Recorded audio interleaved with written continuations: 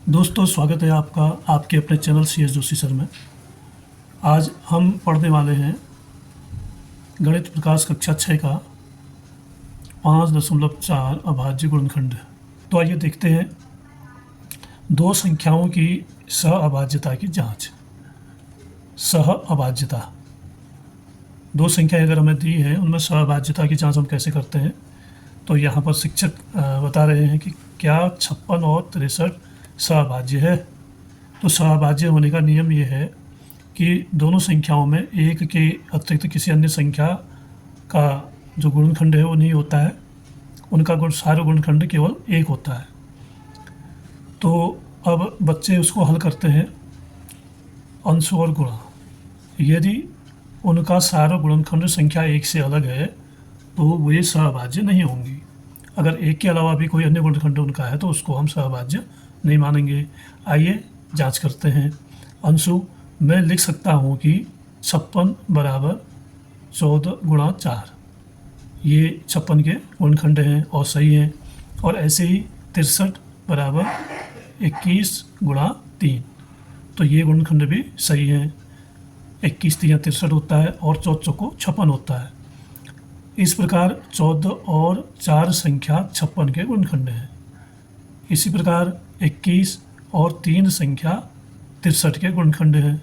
अतः इनके कोई उभयनिष्ठ गुणनखंड नहीं है और ये संख्याएं सहअभाज्य हैं। तो ये अंशु बता रहा है कि इनकी कोई अन्य गुणनखंड नहीं है। तो अब गुणनखंड करने में इन्होंने क्या किया, इसको पूरी तरह से गुणनखंड उसके नहीं किए, केवल दो संख्याएं निकाली, सीधे सीधे गुणा कर दिया।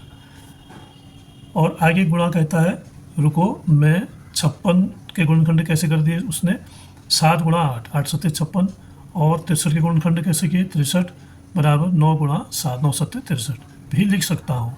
अब हम देख सकते हैं कि 7 दोनों संख्याओं का गुणनखंड है। अब ऐसी संख्या हमें प्राप्त होगी जो दोनों में आ रहा है, जबकि यहाँ नहीं आ रहा था क्योंकि यहाँ पूरे गुणनखंड नहीं किए गए थे। दोनों संख्याओं का गुणनखंड है, अतः ये दोनों संख्याएं सहअभाज्य नहीं है। ये दोनों संख्या, अब ऐसा एक के अतिरिक्त ऐसा गुणनखंड हमें मिल गया है जो सार्व है, यानी दोनों के गुणनखंडों में मिल जाता है। स्पष्ट रूप से गुणा सही है क्योंकि 7 एक सार्व गुणनखंड है। लेकिन अंशु ने गलती कहाँ की। अब अंशु की गलती देखिए, 56 बराबर 14 गुणा 4 हमें बताता है कि 14 और 4 दोनों 56 के गुणनखंड हैं, लेकिन इससे 56 के सभी गुणनखंडों का पता नहीं चलता है। क्या 63 के गुणनखंड के लिए भी ऐसा ही है। तो अंशु ने किया तो सही, लेकिन उसने पूरे गुणनखंड नहीं किए। हम करते हैं यहाँ पर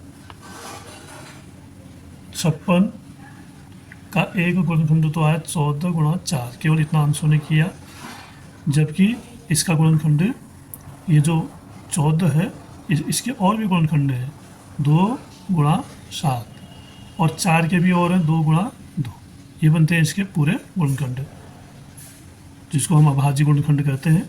ऐसे ही 63 में था, 63 के उसने गुणा किए हैं कि 21 गुणा 3, 21 3 63 है तो ठीक, लेकिन इसके और गुणनखंड हो सकते हैं। 21 के गुणनखंड होंगे 3 गुणा 7, 3 सत्ते 21 गुणा 3।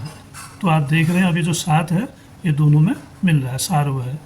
तो ये संख्या क्या होगी, सहअभाज्य नहीं है। आगे हम बढ़ते हैं। एक अन्य उदाहरण 80 और 63 को लेते हैं। दोनों संख्याओं का गुणनखंड निकालने के अनेक तरीके हैं। 80 और 63 वाली संख्या को अगर हम लेते हैं तो इसमें भी अनेक तरीकों से गुणनखंड हो सकते हैं, जैसे 40 गुणा 2, 40 दूनी 80 भी होता है, और 20 गुणा 4 ये भी 80 बनाएगा, 10 गुणा 8 करेंगे तब भी 80 आएगा, और 16 गुणा 5 करेंगे तब भी 80 आएगा। तो इसके अलावा भी क्या इसके और गुणनखंड हो सकते हैं क्योंकि 16 के गुणनखंड हो सकते हैं, 10 के हो सकते हैं, या 20 के हो सकते हैं, 4 के भी हो सकते हैं, 8 के भी हो सकते हैं। इस तरह से छोटे गुणनखंड हम इसके कर सकते हैं। ऐसे 63 है, 63 9 सत्ते 63 और 21 दिया 63, 2 गुणनखंड दिए। अन्य कौन से गुणनखंड होंगे, तो अन्य क्या होंगे, 21 से कर देंगे हम 3 गुणा 7, 3 गुणा 3 गुणा 7 हो जाएगा, और ऐसे ही 9 के कर देंगे 3 गुणा 3 गुणा 7, तो 63 आएगा। हमने प्रश्नवाचक चिन्ह लिखा है क्योंकि इन संख्याओं के गुणनखंड करने के और भी तरीके हैं। लेकिन यदि हम उनमें से कोई एक गुणनखंड लें, उदाहरण के लिए 80 बराबर 16 गुणा 5 और 63 बराबर 9 गुणा 7, तो इनमें कोई सारो गुणनखंड नहीं है। क्या हम यहाँ यह निष्कर्ष निकाल सकते हैं कि 80 और 63 सहअभाज्य हैं? चूँकि ऊपर अंशों की गलती दर्शाती है, अतः हम यह निष्कर्ष नहीं निकाल सकते, क्योंकि गुणनखंड के अन्य तरीके भी हैं। इसका अर्थ है कि दो संख्याएं सहअभाज्य हैं या नहीं। दो संख्याएं सहअभाज्य हैं या नहीं है, इसकी जांच करने के लिए हमें और अधिक व्यवस्थित दृष्टिकोण की आवश्यकता है। तो जैसे अंशु ने पहले गलती की, वैसी गलती नहीं करनी है। तो दोस्तों, अगले पृष्ठ में हमें अभी 118 पेज नंबर पर अभाज्य गुणनखंड एक संख्या 56 को उदाहरण के रूप में लेते हैं, जो कि भाज्य संख्या है। भाज्य संख्या का मतलब है जिसमें कई संख्याओं का भाग जाता है। जैसा कि हमने देखा कि 56 बराबर 4 गुणा 14 लिखा जा सकता है। यानी जो 56 है, इसके गुणनखंड हो सकते हैं 4 गुणा 14, और इसके अलावा इसकी गुणनखंड, अब इनमें से एक लेते हैं। मान लीजिए 14 यह भाज्य संख्या है और हम इसे 2 गुणा 7 लिख सकते हैं, और ये जो 14 की संख्या है ये भाज्य संख्या है, क्योंकि हमने अभाज्य गुणनखंड प्राप्त करने हैं। तो इसको हम अगर गुणनखंड इसके करेंगे तो 4 गुणा, इसके भी गुणनखंड कर देते हैं 2 गुणा 7, इसके अभाज्य गुणनखंड हो जाएंगे। फिर हम 4 के गुणनखंड करते हैं, 4 भी भाज्य संख्या है, तो ये होगा 2 गुणा 2 गुणा 2 गुणा 7। अब जो 6 के अभाज्य गुणनखंड बने वो हैं 2 गुणा 2 गुणा 2 गुणा 7, यानी 2 और 7 ऐसी संख्या है जो इसके अभाज्य गुणनखंड है 56 के। गुणनखंड 2 और 7 जो यहाँ उल्लिखित हैं अभाज्य संख्याएं हैं, यानी इन संख्याओं में 2 और 7 दो संख्या हमें प्राप्त हुई, और दोनों संख्याएं ऐसी हैं जो अभाज्य है, यानी इनमें एक के अतिरिक्त किसी अन्य संख्या का भाग नहीं जाता है। अतः हम इन्हें और आगे विभाजित नहीं कर सकते। निष्कर्ष में हमने 56 को अभाज्य संख्याओं के गुणनफल के रूप में लिखा है। यह 56 का अभाज्य गुणनखंडन कहलाता है। एकक गुणनखंड अभाज्य गुणनखंड कहलाते हैं, यानी प्राइम फैक्टर्स जिसको कहते हैं। उदाहरण के लिए 2 और 7 संख्या 56 के अभाज्य गुणनखंड हैं। एक से बड़ी प्रत्येक संख्या का अभाज्य गुणनखंड होता है। एक से जो भी बड़ी संख्या है सभी का अभाज्य गुणनखंड होता है। यहाँ अवधारणा है कि भाज्य संख्या के गुणनखंडों के रूप में तब तक लिखिए जब तक केवल अभाज्य संख्या न रह जाए। संख्या 1 का कोई अभाज्य गुणनखंड नहीं है, यह किसी भी अभाज्य संख्या से विभाजित नहीं होता है। ये एक ऐसी संख्या है बता रहा है, इसमें ये किसी अन्य संख्या से विभाजित नहीं होता है, यह अभाज्य संख्या है। हम इसे और अधिक विभाजित नहीं कर सकते हैं। आइए कुछ उदाहरण देखें। अलग अलग तरीकों से विभाजित करते हुए हमने 63 को लिखा।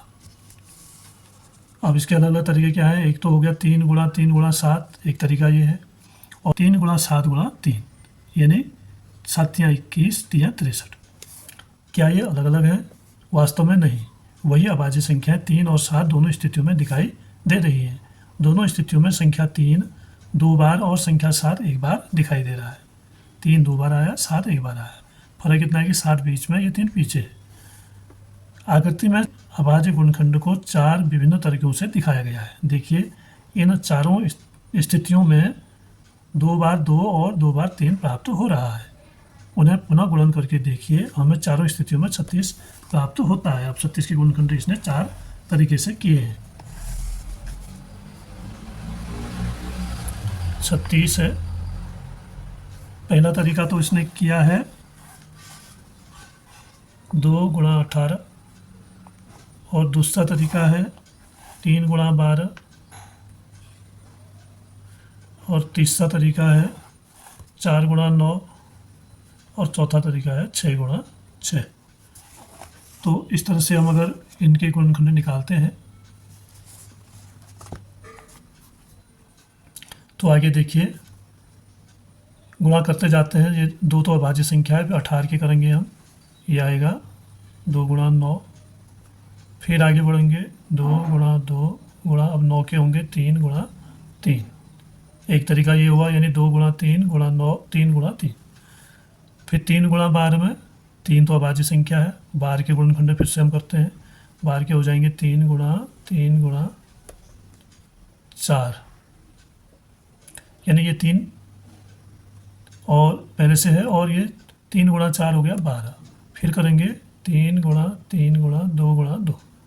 अब आप देख रहे हैं यहाँ पर भी 2 गुणा 2, 2 गुणा 2, 3 गुणा 3, 3 गुणा 3। वही संख्या हमें, वही अभाज्य गुणनखंड हमें प्राप्त हो रहे हैं। अब 4 गुणा 9 करते हैं तो यहाँ पर दोनों संख्याएं भाज्य हैं। 4 के करेंगे तो 2 गुणा 2 गुणा 3 गुणा 3। 9 के करेंगे 3 गुणा 3, 4 करेंगे 2 गुणा 2, तो ये कुल मिला के 36 आएगा। 3 3 9, 9 दूनी 18, दूनी 36।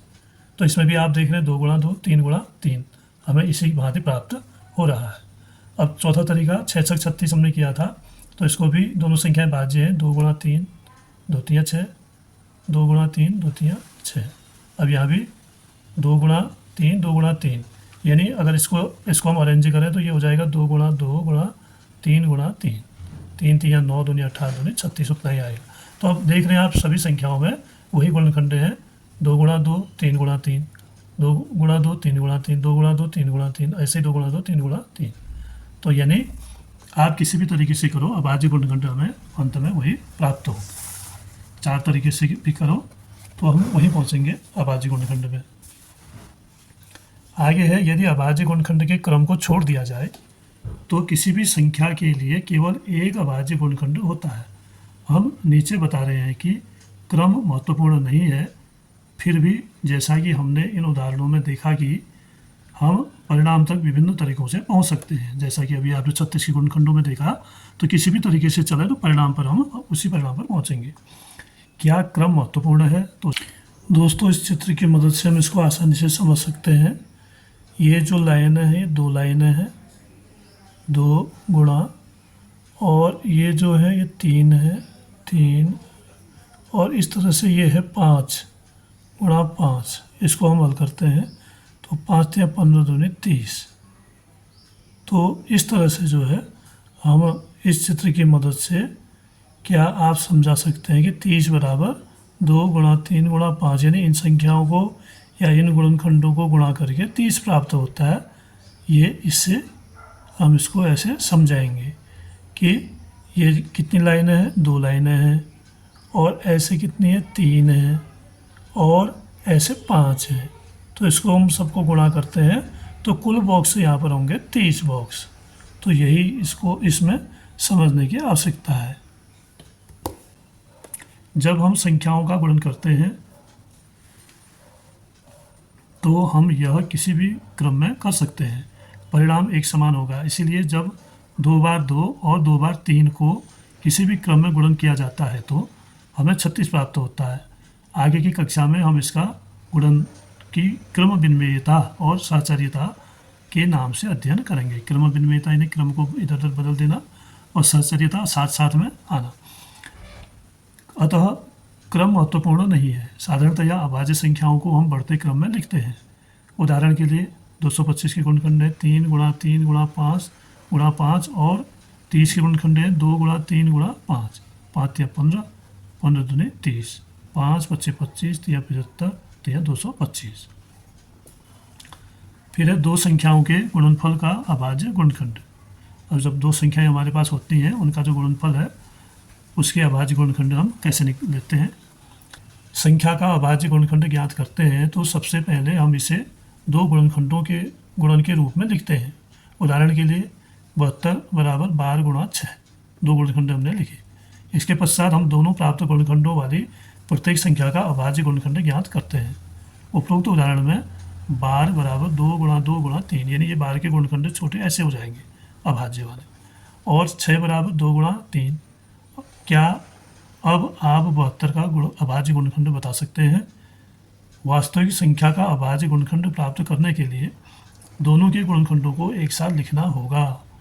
दोनों के जो गुणनखंड हैं उनको हम एक साथ लिखेंगे वास्तविक संख्या का अभाज्य गुणनखंड प्राप्त करने के लिए। तो यहाँ पर लिखे गए हैं 72 के गुणनखंड। इसे हम इस प्रकार भी लिख सकते हैं 2 गुणा 2 गुणा 2 गुणा 3 गुणा 3। गुणन करके जांच कीजिए कि हमें फिर से 72 प्राप्त होता है। अवलोकन कीजिए कि 72 के गुणनखंड में प्रत्येक अभाज्य गुणनखंड कितनी बार आया है। इसकी तुलना इस तथ्य से कीजिए कि जब 12 और 6 के गुणनखंडों को एक साथ लिखते हैं तो ये संख्याएं कितनी बार आती हैं। तो वही सारे गुणनखंड होंगे। तो 12 और 6 के गुणनखंडों को एक साथ लिखना है, तो ये पता करना है कि संख्या कितनी बार आती हैं। इसके बाद आइए पता लगाएं। ये एक प्रश्नमाला आपको दी गई है, इस प्रश्नमाला के प्रश्नों को हम हल करेंगे। तो पहला प्रश्न है, निम्नलिखित संख्याओं का अभाज्य गुणनखंड ज्ञात कीजिए। इनके जो अभाज्य गुणनखंड हैं वो हमें ज्ञात करने हैं। तो ये इसमें सबसे पहले निम्नलिखित संख्याओं के अभाज्य गुणनखंड करने को कह रहा है। तो यहाँ पर हमें संख्या प्राप्त है 64 के हमने गुणनखंड प्राप्त करने हैं। तो इसके लिए हम एक लाइन ऐसे दे देंगे और एक लाइन ऐसे दे देंगे। तो इसमें सबसे छोटी अभाज्य संख्या का भाग करेंगे 2 का। जब तक 2 का भाग जाता है वो देते रहेंगे 2 3 6 और 2 दूनी 4, यानी पहले 6 में भाग किया और फिर उसके बाद 4 में। तो ऐसे ही फिर से 2 का भाग करेंगे, 3 में जाएगा एक बार, एक बचा 2, उसके साथ 2 आया तो हो गया 12, 2 छक्के 12। तो फिर 2 का भाग करेंगे, 2 अट्ठे 16, फिर 2 का भाग जाएगा 2 चौको 8, फिर 2 का भाग करेंगे 2 दूनी 4 और फिर 2 का भाग करेंगे 2 एकम 2। यानी यह प्रक्रिया तब तक करनी है जब तक कि अंत में 1 ना आ जाए। तो ये तो हमारा एक तरीका हो गया, इससे हमें इसके अभाज्य गुणनखंड प्राप्त हो गए। यानी ये हो गए 2 गुणा 2 गुणा 2 और 2 गुणा 2 गुणा 2, यानी 2 दूनी 4, 4 दूनी 8, 8 दूनी 16, 16 दूनी 32, दूनी 64। कुल मिला के ये हो गया 64। और अगर हम दूसरे तरीके से करें 64 के गुणनखंड, तो ये होंगे 16 गुणा 4। इस तरीके से अगर इन संख्या को हम लेते हैं तो अब हम 16 के गुणनखंड फिर से करेंगे। ये भाज्य संख्या हैं दोनों, तो ये होगा 4 गुणा 4। और फिर से करेंगे, इस 4 के हो जाएंगे 2 गुणा 2 और इस 4 के हो जाएंगे 2 गुणा 2। और यहाँ भी फिर 4 बचा है तो इसके भी हम 2 गुणा 2 कर देंगे। तो इस तरह से हमें कुल गुण प्राप्त होंगे 2 गुणा 2 गुणा 2 गुणा 2 और यहाँ से फिर 2 गुणा 2। तो संख्या उतनी ही आएगी और गुणनखंड उतने ही बनेंगे। तो ये भी इन्हीं के बराबर 1 2 3 4 5 6, ये है 1 2 3 4 5 6। तो इनको गुणा करके भी 64 ही प्राप्त होगा। अगली संख्या 105। 105 के गुणनखंड हम करते हैं। एक तरीका तो है कि हम ऐसे भाग देते हुए करें। अब इसमें 2 का भाग नहीं जाएगा क्योंकि यहाँ इकाई में 5 है, तो हमें विभाज्यता का नियम भी सीखना होगा। यदि किसी भी संख्या की इकाई में 0 2 4 6 8 होता है तो वो संख्या 2 से विभाजित हो जाती है, चाहे वो कितनी बड़ी संख्या हो। केवल हमने इकाई देखना है। इकाई में अगर ये अंक हैं तो वो संख्या 2 से विभाज्य होगी। तो यहाँ पर ये नहीं है। अब 3 से विभाज्यता का नियम होगा कि संख्याओं के योग में 3 का भाग जाना चाहिए। तो यहाँ पर 5 और 1 6 होता है, 6 का भाग हम इसमें दे देंगे, 3 का भाग, 3 3 9, 1 बचा और 1 और 5 हो गए 15 यहाँ पर। तो 3 5 15, फिर 5 3 8, अब 3 का नहीं जाएगा, 5 का जाएगा। तो 5 7 35 और फिर 7 का 7 एकम 7। एक तरीका है। और दूसरे तरीके से हम इसको करते हैं 105, तो 21 गुणा 5 करेंगे तो क्या होगा, ये 21 पंचे 105। तो यहाँ पर भी आप देख रहे हैं एक गुणनखंड तो हमें प्राप्त है 5, या भाज्य है, लेकिन 21 के 2 गुणनखंड और होंगे जो होंगे 3 गुणा 7, यानी 3 7 21। तो ये भी जो है दोनों अभाज्य गुणनखंड हमें प्राप्त हो गए। तो इसको अगर हम लिखते हैं तो ऐसे लिख सकते हैं 3 गुणा 5 गुणा 7। तो यहाँ भी 3 गुणा 5 गुणा 7। इसमें भाग दिया 105 में 3 का, तो 3 3 9, 1 बचा, 5 उतरा तो 3 पंचे 15। फिर 5 का भाग देंगे 35 में, 5 सत्ते 35, फिर 7 का 7 एकम 7। तो इसके गुणनखंड हुए 3 गुणा 5 गुणा 7। और यहाँ हम भाग दे रहे हैं 21 गुणा 5, 21 पंच 105। तो 5 जो है वो अपने आप में अभाज्य संख्या है, लेकिन 21 भाज्य संख्या है। 21 के फिर से गुणनखंड करेंगे 3 गुणा 7। तो अब हमें दोनों अभाज्य संख्या मिल गई है, तो इसके गुणनखंड भी वही आएंगे, 3 गुणा 5 गुणा 7 बराबर 105। आप किसी भी तरीके से करो, अंत में हमें वही अभाज्य संख्या प्राप्त होती है। तो जो तरीका आपको सही लगता है आप उससे कर सकते हैं। फिर है 243।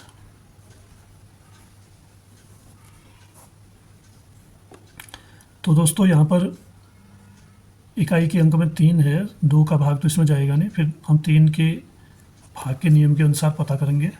तो 3 के भाग का नियम है कि हम इन संख्याओं को जोड़ देते हैं, उसमें 3 का भाग अगर जाता है तो संख्या 3 से विभाज्य होगी। तो 4 3 7 2 9, 9 में 3 का भाग जाता है, 3 3 9। तो 3 से हम इसमें भाग करेंगे, 3 8 24, 3 एकम 3। और अब ये 8 एक 9, फिर 3 का भाग जा रहा है, 3 दूनी 6, 2 1 3 7 21।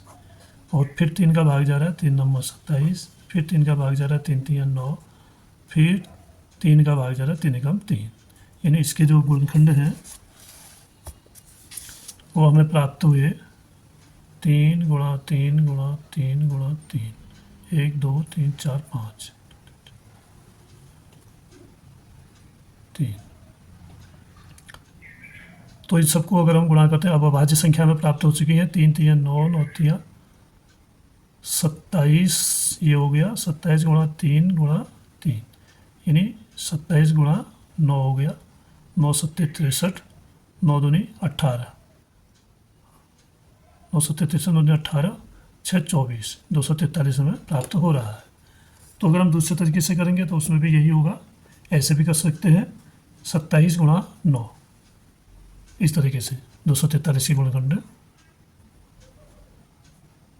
27 गुणा 9, दोनों भाज्य संख्याएं हैं। ये होगा 3 गुणा 9 और ये होगा 3 गुणा 3। और ये भाज्य संख्या है, बाकी हमें अभाज्य संख्या प्राप्त हो चुकी है। तो इसके करेंगे 3 गुणा 3, ये अभाज्य संख्या हमें प्राप्त हुई। 1 3 ये रहा, 1 3 ये और 1 3 ये। तो हमें उतनी संख्या प्राप्त होंगी, 1 2 3 4 5। तो इसको सब गुणा करेंगे तो 243 आएगा। अब आपको जो तरीका सही लग रहा है उस तरीके से आप इनको हल कर सकते हैं। दोस्तों प्रश्न मैं हल कर चुका था, लेकिन एक फ़ोन आने से क्रम टूट गया। तो यहाँ पर जो है संख्या हमें 320 प्राप्त है। तो इसके गुणनखंड की हमने 2 का भाग दिया, 2 एकम 2, 1 बचा और यहाँ से 2 इसके साथ उतरा, तो ये हो गया 2 छक्का 12 और 0 की 0। फिर 2 का भाग दिया, 2 अट्ठे 16 0, फिर 2 का भाग दिया, 2 चौको 8 0, फिर 2 का भाग दिया, 2 दूनी 4 0, फिर 2 का भाग करेंगे, 2 एकम 2 और 2 0 की 0, फिर 2 का भाग करेंगे, 2 पंचे 10 और अंत में 5 का भाग करेंगे तो 1 आ जाएगा। तो यहाँ तक हमने भाग करना है। भाग कैसे करना है, सबसे छोटी अभाज्य संख्या से शुरू करना है और जिसका भाग जाता है उस अभाज्य संख्या का भाग उसमें देना है। तो अब 2 का भाग गया, 2 के बाद 3 आता है, तो 3 वाली संख्या कोई है नहीं, तो हम 5 का भाग दे रहे हैं यहाँ पर। तो इसके गुणनखंड हमें प्राप्त हुए हैं 2 गुणा 2 गुणा 2 गुणा 2 गुणा 2 गुणा 2 गुणा 5, यानी इन सबको गुणा करेंगे, 2 दूनी 4 दूनी 8 दूनी 16 दूनी 32 दूनी 64 पंचे 320। तो अगला प्रश्न था, ये रिकॉर्ड नहीं हो पाया, 141, इसके गुणनखंड करने हैं। अब इसमें 2 का भाग तो जाएगा नहीं, इकाई में 1 है, और अगर हम इनको जोड़ते हैं 4 और 1 5 और 1 6, 6 में 3 का भाग जाता है, तो इस संख्या में भी 3 का भाग जाएगा। 3 चौको 12 और 2 बचा, 2 के साथ 1 लिखा तो ये हो गया 21, 3 सत्ते 21, यानी 47। 3 का भाग करके 47 प्राप्त हुआ। अब 47 एक अभाज्य संख्या है, तो 47 एकम 47। तो 3 गुणा 47 इसके जो है अभाज्य गुणनखंड प्राप्त हुए। इसके बाद अगला प्रश्न था 1728। तो ये 2 से विभाज्य संख्या है, 2 अट्ठे 16, 1 बचा, 2 उतरा 12 हो गया, 2 छक्के 12 दो चक्को 8, फिर 2 का भाग जाएगा, 2 चक्को 8, 2 तियाँ 6, 2 दूनी 4, फिर 2 का भाग, 2 दूनी 4, 2 एकम 2, 1 बचा, 12 हो गया, 2 छक्के 12, 2 एकम 2, और यहाँ पर एक में भाग नहीं जाएगा तो शून्य दिखेंगे, 2 शून्य की शून्य, और ये हो गया 16, 2 अट्ठे 16, फिर 2 का भाग करेंगे, 2 पंचे 10, 2 चक्को 8, फिर 2 का भाग करेंगे, 2 दूनी 4, 2 सत्ते 14, 2 का भाग करेंगे, 2 का भाग अब नहीं यहाँ तक जाएगा, अब यहाँ पर 3 का भाग करेंगे, 2 दूनी 4 और 2 सत्ते 14, और यहाँ पर 3 9 में 27, फिर 9 में 3 का भाग जाएगा, 3 तियाँ 9, फिर 3 का भाग करेंगे, 3 एकम 3, तो इनको गुणा करके अंत में ये इसके अभाज्य गुणनखंड प्राप्त हुए, और 728 इनको गुणा करके हमें प्राप्त होगा। तो इसके अभाज्य गुणनखंड प्राप्त हुए हमें 2 गुणा 2 गुणा 2 गुणा 2 गुणा 2 गुणा 2 गुणा 3 गुणा 3 गुणा 3। इसके बाद है 729, ये संख्या दी गई है, इस संख्या को हम गुणा करते हैं, 3 का भाग इसमें जाएगा क्योंकि 9 है, इसका जोड़ के भी उसमें भाग जा रहा है, 7 2 9 9 18, तो 3 दूनी 6, 1 बचा, 3 चौको 12 और 3 तियाँ 9, फिर 3 का भाग जाएगा, 3 अट्ठे 24, 3 एकम 3, फिर 3 का भाग जा रहा है, 3 दूनी 6, और यहाँ पर बचा 2 और 1 21 हो गया, 3 सत्ते 21, फिर 3 का भाग करेंगे, 3 तियाँ 9, नहीं 3 9 27, फिर 3 का भाग करेंगे, 3 तियाँ 9, फिर 3 का भाग करेंगे, 3 एकम 3, तो इसके गुणनखंड प्राप्त हुए 3 गुणा 3 गुणा 3 गुणा 3 गुणा 3 गुणा 3, यानी इसको गुणा करेंगे हम तो 729 की संख्या प्राप्त होगी। दोस्तों अगली संख्या है 1024,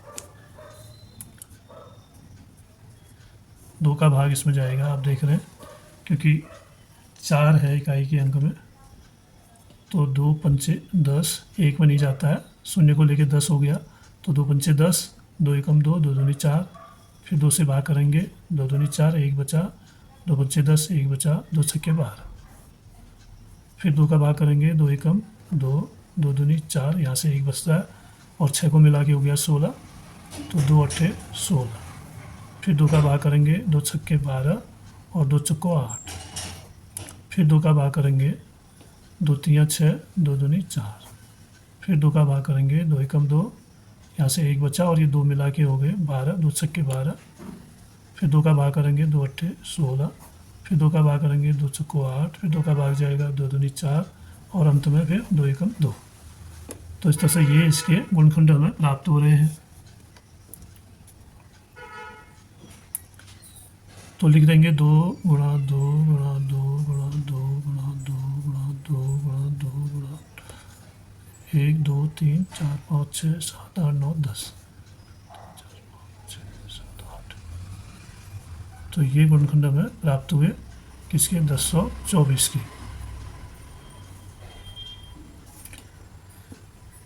उसके बाद यानी 2 इसका जो है वो अभाज्य गुणनखंड है। फिर है 1331, अगला प्रश्न है 1331।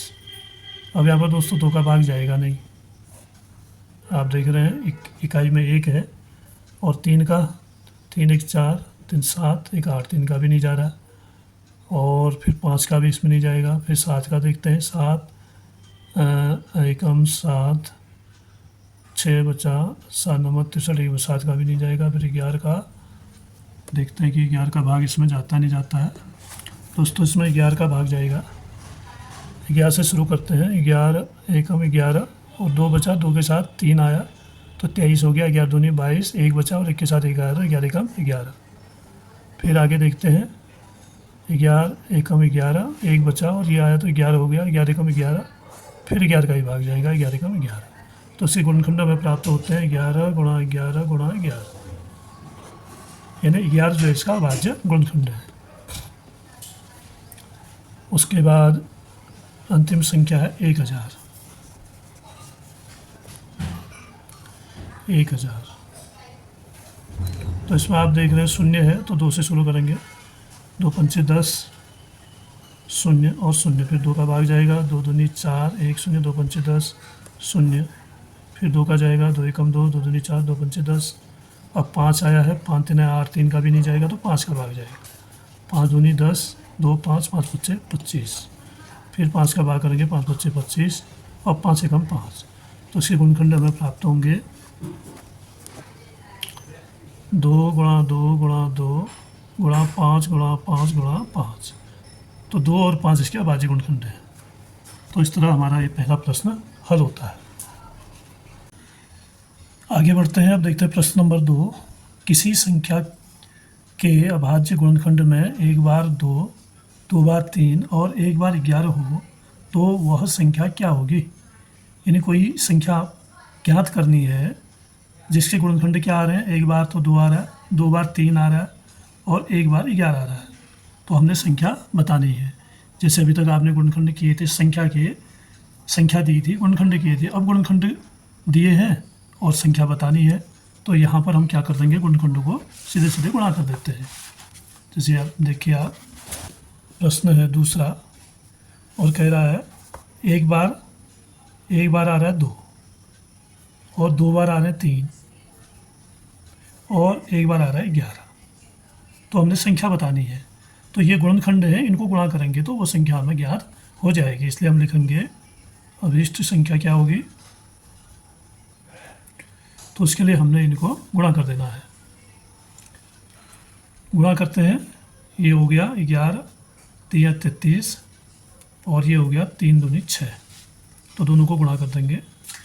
6 गुणा 33। तो फिर 6 से इसको गुणा करके 6 3 18, 6 3 18 गया 19। तो इस संख्या हमें यहाँ पर आसानी से प्राप्त हो जाती है। तो प्रश्न सरल है, केवल उसको समझना है कि गुणनखंड दिए हैं, गुणनखंडों से हमने संख्या बनानी है। तो जो भी गुणनखंड दिए हैं उनको हमने गुणा कर देना है। अगला प्रश्न देखते हैं। प्रश्न नंबर 3। प्रश्न है से छोटी ऐसी 3 अभाज्य संख्याएं बताइए जिनका गुणनफल 1955 हो। यहाँ पर है 30 से छोटी ऐसी 3 अभाज्य संख्याएं हमें बतानी है जिनका गुणनफल 1955 हो। यानी यहाँ पर 2 शर्तें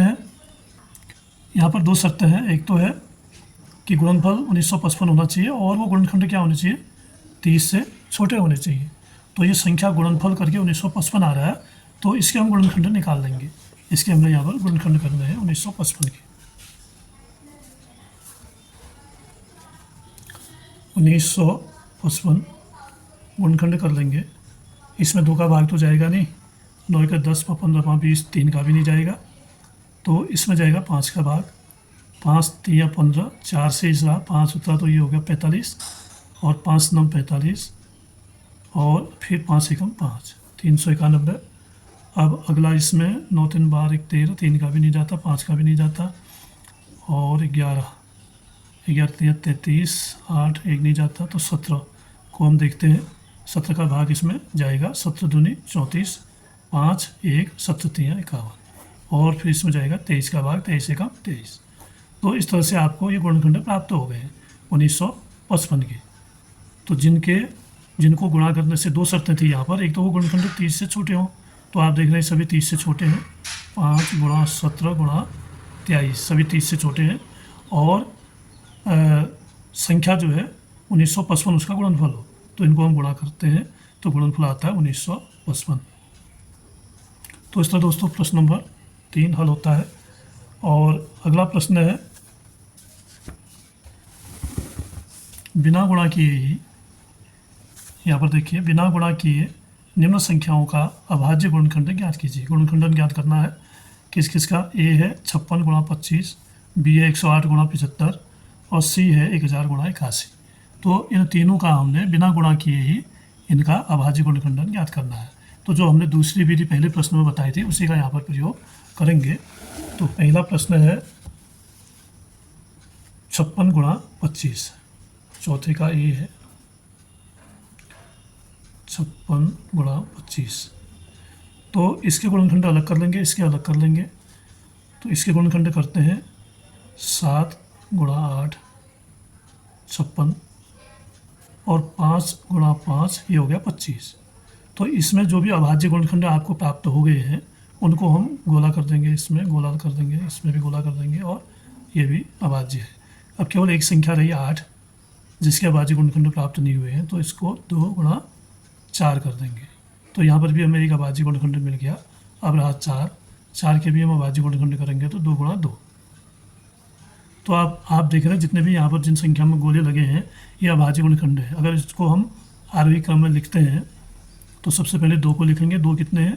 3 2 हैं, 2 गुणा 2 गुणा 2, और फिर 5 कितने हैं? 2 बार आया 5, और 7 आया है 1 बार। तो इन सबको आप गुणा करेंगे तो इसके गुणनफल के बराबर हमें प्राप्त होगा। आप गुणा करके देख सकते हैं। 7 यहाँ से गुणा कर देते हैं। 5 दूनी 10, दूनी 20, दूनी 40, 5 से 200, ये हो गया, गुणा 7, 7 दूनी 14, 1400 आया। और इन दोनों को गुणा कर लीजिए, 56 गुणा 25। तो इसको गुणा करते हैं, खड़े लिख के गुणा करने में ज़्यादा सुविधा होगी। 5 6 30, 5 5 25 और 3 28, 2 6 12, 2 5 10 और 1 11, 0 8 2 10, 2 1 3 1 4, 1 का आएगा। आप देख रहे हैं यहाँ भी हमें 1400 प्राप्त हो रहा है। तो ये जो दूसरी विधि से हमने गुणनखंड किए बिना गुणा किए ही ये हमें सही प्राप्त हो रहे हैं। फिर इसी का बी प्रश्न है। दोस्तों यहाँ पर 108 गुणा 75 था, तो इसको हमने 18 गुणा 6 108 और 15 पंचे 75 किया, तो इसमें एक अभाज्य गुणनखंड हमें प्राप्त हुआ। फिर 18 के गुणनखंड किए 2 गुणा 9, और फिर आगे 6 के किए 2 गुणा 3, फिर 15 के किए 3 गुणा 5। अब हमें अभाज्य कौन कौन सी संख्या प्राप्त हुई? 5 3 3 2 और 2। फिर रहा 9, 9 के गुणनखंड किए 3 गुणा 3। तो कुल मिला के हमें प्राप्त हो गई हैं। उनको हम यहाँ पर लिख देते हैं। 2 आया है 2 बार, तो लिख देंगे 2 गुणा 2। 3 आया है 1 2 3 4 बार, 3 गुणा 3 गुणा 3 गुणा 3, और 5 आया है 2 बार, गुणा 5 गुणा 5। तो इस तरह से अगर हम इसको गुणा करते हैं तो हमें गुणनफल इतना ही प्राप्त होगा जितना इसका गुणनफल प्राप्त होगा। बराबर आना चाहिए। प्रश्न भी सत्यापित हो जाएगा और प्रश्न हल भी हो जाएगा। तो यहाँ पर हम गुणा कर देते हैं। 5 गुणा 5, 5 25 25 3 75, और 3 3 9 3 27 दूनी 54, दूनी 108। तो 108 इतना ही आ रहा है इन संख्याओं को लेके। अगर दूसरी संख्या लेते हैं तो फिर दूसरी संख्याएँ आएंगी। तो 108 गुणा 75, 5 8 40, पूरा लिखेंगे क्योंकि यहाँ शून्य है। 5 एकम 5, 7 8 56, पूरा आएगा। 7 एकम 7, जोड़ देंगे 0 6 4 10, 5 5 10 1 11, 7 1 8, 8100 हमें संख्या प्राप्त हुई। और इसको अगर हम गुणा करते हैं यहाँ पे 8100 प्राप्त होगी। आप गुणा करके देख लें। किन्हीं भी संख्याओं को इतनी संख्याओं को एक साथ और इतनी को एक साथ भी कर सकते हैं, या फिर इतने एक साथ कर सकते हैं, इतने एक साथ कर सकते हैं। तो अनेक तरह से गुणा करेंगे तो गुणा का अभ्यास भी होगा और प्रश्न सत्यापित भी हो जाएगा। इसके बाद ये तो बी था। इसके बाद सी है 1000 गुणा 81।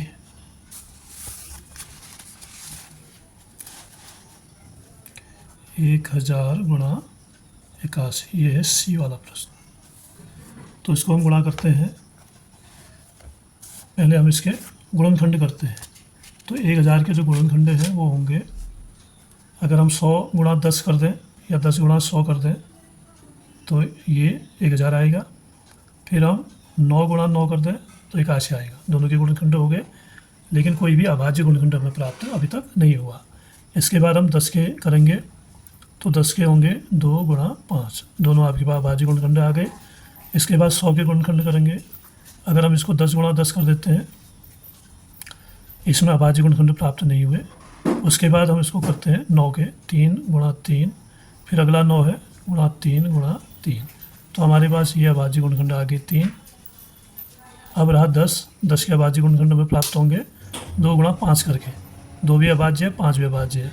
फिर इस 10 के करेंगे तो इसमें भी 2 गुणा 5 आएगा। तो यहाँ पर भी 2 और 5 दोनों अभाज्य गुणनखंड हैं। अब टोटल संख्या के हमें अभाज्य गुणनखंड हो गए।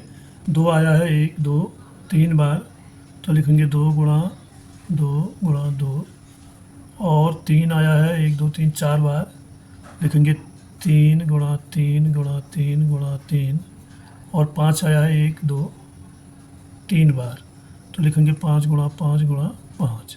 तो इनको हम गुणा कर देते हैं। 5 25 25 पंचे 125, इन दोनों को एक साथ गुणा कर देते हैं। 3 3 9, अब सरल हो जाएगा गुणा करने के लिए। 3 3 9, 9 दूनी 18, 18 दूनी 36, दूनी 72। इतने को हमने एक साथ गुणा किया। इनको फिर से गुणा करेंगे। 125 में 9 का गुणा कर देंगे। 9 पंचे 45, 9 दूनी 18, 4 22, 9 एकम 9 और 2 11। फिर इसमें कर देंगे 72 का गुणा। 2 पंचे 10, 2 दूनी 4, 1 5, 2 एकम 2, 2 एकम 2, 7 पंचे 35, 3 7 दूनी 14, 3 17, हासिल 1, 7 एकम 7 1 8 और 7 एकम 7। इसको गुणा कर देंगे। गुणा करने पर 0, 5 5 से 10, 7 2 9 1 10, हासिल 1, 8 2 10 1 11, 7 1 8, 81,000 यहाँ पर आ रहा है। तो इन संख्याओं को जब हम गुणा कर रहे हैं तो 81,000 हमें प्राप्त हो रहा है। और इसको भी अगर हम गुणा करते हैं, जो संख्या हमें दी थी, 1000 गुणा 81। यहाँ पर देखिए 1000 गुणा 81 की संख्या दी थी। अगर हम इसको भी गुणा करते हैं तो इसका आंसर भी 81,000 ही आएगा। तो प्रश्न भी सत्यापित हो गया और गुणनखंड भी हमें प्राप्त हो गए। फिर हम अगले प्रश्न पर आते हैं। 5वां प्रश्न देखिए, वह छोटी से छोटी संख्या क्या होगी जिसके अभाज्य गुणनखंड में छोटी से छोटी संख्या हमने बतानी है, और उसके अभाज्य गुणनखंड में क्या होना चाहिए, 3 अलग अभाज्य संख्याएं हों। मतलब उस संख्या के जो गुणनखंड होंगे 3 अलग अलग संख्याएं होंगी, अभाज्य संख्या, और 4 अलग अलग अभाज्य संख्या। एक ही जैसा प्रश्न है, पहले 3 पूछा है फिर 4 पूछा है। तो सबसे छोटी जो अभाज्य संख्याएं हैं उनका हम गुणा कर लेंगे सबसे पहले, तब तो सबसे छोटी से छोटी संख्या हमें प्राप्त होगी। तो इसको गुणा करने के लिए हम सबसे छोटी अभाज्य संख्या है 5 का ये ए, तो सबसे छोटी अभाज्य संख्या होती है 2, फिर होती है 3, फिर होती है 5। तो 5 इन 3 संख्याओं को गुणा कर लेंगे। 5 3 15, 15 दूनी 30 हमें प्राप्त हो रहा है। तो ये कह रहा है छोटी से छोटी संख्या क्या होगी जिसके अभाज्य गुणनखंड में 3 अलग अलग अभाज्य संख्या है, और 30 वो संख्या 30 है जिसके अलग अलग गुणनखंड है अभाज्य 3। तो ये छोटे से अभाज्य गुणनखंड है, तो ये संख्या भी सबसे छोटी संख्या प्राप्त होगी। इसके बाद बी वाला है 4 संख्याएं बताने के लिए कह रहा है। 4 अभाज्य संख्याएं हों जिसकी गुणनखंडों में, तो इसको भी हम 2 गुणा 3 गुणा 5 और कर देंगे गुणा 7, क्योंकि अगली अभाज्य संख्या होगी 7। तो इन सबको गुणा कर देंगे। 7 पंचे 35 और 35 दूनी हो गया 70, 70 3 210, वो संख्या आएगी 210। दोस्तों प्रश्नों को समझने की ज़रूरत है। तो सबसे छोटे जो 3 गुणनखंड होंगे उनको गुणा किया तो आया 30, वो संख्या 30 होगी। और 4 अगर अभाज्य गुणनखंड दिए हैं, उनकी संख्या बतानी है, अलग अलग 4 अभाज्य गुणनखंड हों जिसके, तो वो संख्या होगी 210, सबसे छोटी संख्या।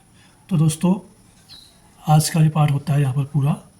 और अगर आपने अभी तक चैनल को सब्सक्राइब नहीं किया है तो सब्सक्राइब कर लीजिए, और वीडियो को अपने दोस्तों में शेयर भी करिए। और ये जो वीडियो है, ये सारे वीडियो आपको प्लेलिस्ट में मिल जाएंगे। आप प्लेलिस्ट खोलेंगे तो किताब की तरह ही प्रश्नमाला का आंसर आपको वहाँ पर मिल जाएगा।